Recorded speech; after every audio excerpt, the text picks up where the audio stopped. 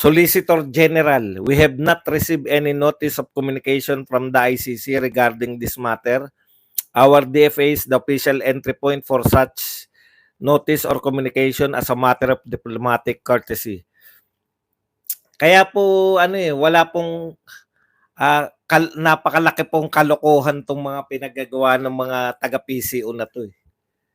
Imposible naman na inilihim po yan ng ICC. Putya, hindi po pwede yan na malihim yan. Wala pong sinasabi na yung ICC may warrant of arrest na. Wala po.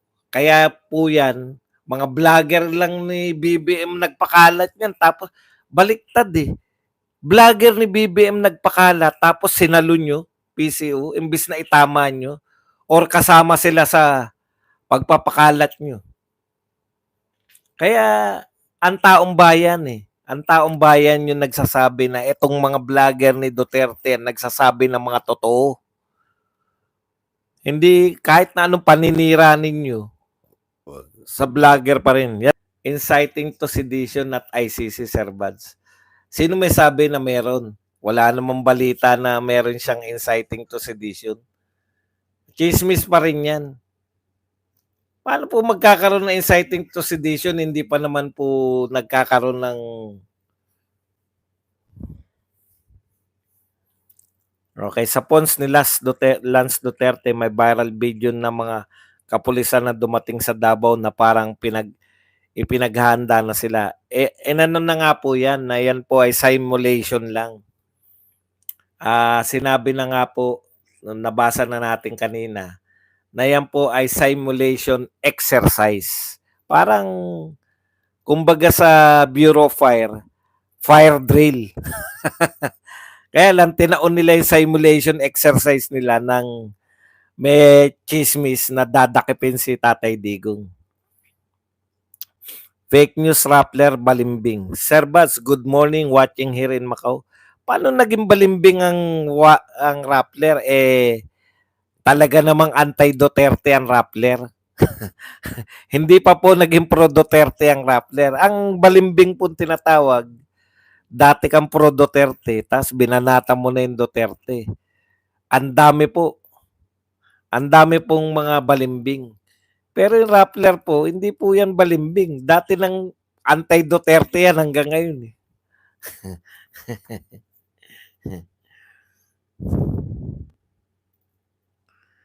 Kasasabi lang. Yung kinaso ni Torres, sir, kay PRRD raw. Ikaw na nga nagsabi daw Wag kayong mag-alala. Kasi po ganito paalala ko lang sa inyo Yang mga warrant of arrest na yan, malaking balita po yan. Hindi po yan pwedeng palagpasin ng mga dyaryo, mga TV. Pag hindi po nyo nabalitaan mula sa mga Inquirer, Philippine Star, Manila Bulletin, malamang sa hindi ay hindi totoo yan.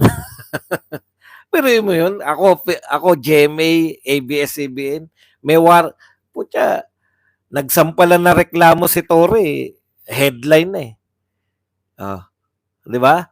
Nagsampal na reklamo kay Abinis. Hindi natin kilala si Abinis. Yung pang merong warrant to para si Tatay Digong, malilihim. Hindi po pwedeng ilihim yan dahil public document yan. Kayo naman, no? Ano yung public document? Kunwari kayo may warrant of arrest, individual. Pwede malihim yun kasi hindi ka naman sikat si Tatay Digong, sa tingin nyo ba hindi sikat yan para hindi nila?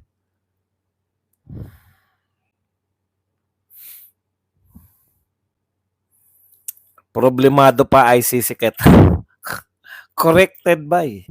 Yung kinaso ni Torres kay yan. Intelligence fund ng gobyerno kay Ogie Diaz ata kumukuha. ICC na naman nawala na impeachment sa June 2 pa. Kaya dapat maingay mo nga. Pero ganito po yan sa Interpol katulad ng pinaliwanag ko kanina. Ang Interpol po, ang alam po natin na international case lang ni Tatay Digong. yung sa ICC. Hangga't wala pong nilalabas na warrant of arrest ang ICC, wala pong aresto kay Tatay Digong. Ngayon, kung dito naman po sa Pilipinas, hindi po Interpol yun. O, yung mga kinasok kay Tatay Digong dito sa Pilipinas, kung may kaso na, hindi po Interpol ang dadakip nun. PNP lang yun, Pilipinas eh. Nakuha niyo po? Kaya kung wala pong issuance yung ICC, sino ang ICC po makikiusap sa Interpol. Alam niyo ibig sabihin, makikiusap sila. Magkaiba pang organisasyon yan, hindi po sakop ng ICC ang Interpol. Pwede silang tanggihan ng Interpol.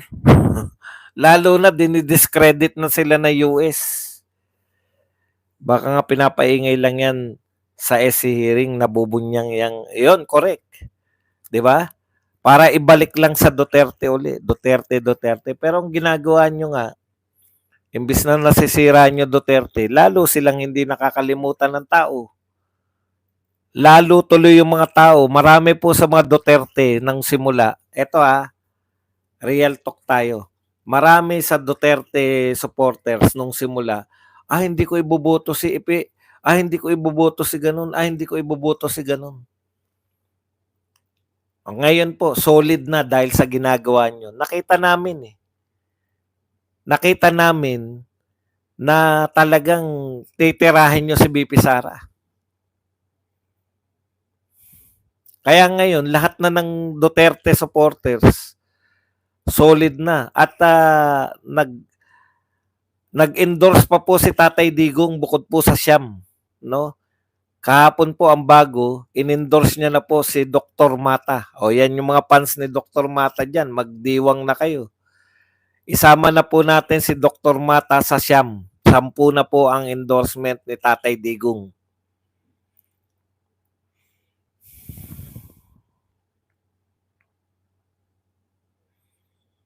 Straight na tuloy. Wala na po tuloy yung mamimili-mili pa. Alam na nila gusto nyong gawin eh.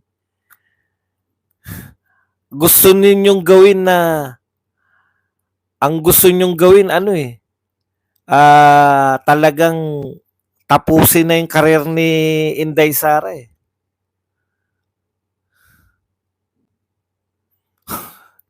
Hindi po. Hindi po ako kilala ng iba. Akala nila si Boss Dada.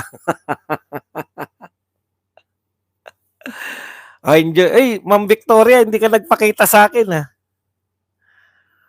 Solid 10 na tayo ngayon, hindi na lucky 9. Solid 10 na po. Tuwan-tuwa si Dr. Mata eh. Bigla siyang bigla siyang na-promote sa sa endorsement eh. Boto na po natin 10 na po. In-endorse kahapon ni Tatay Digong.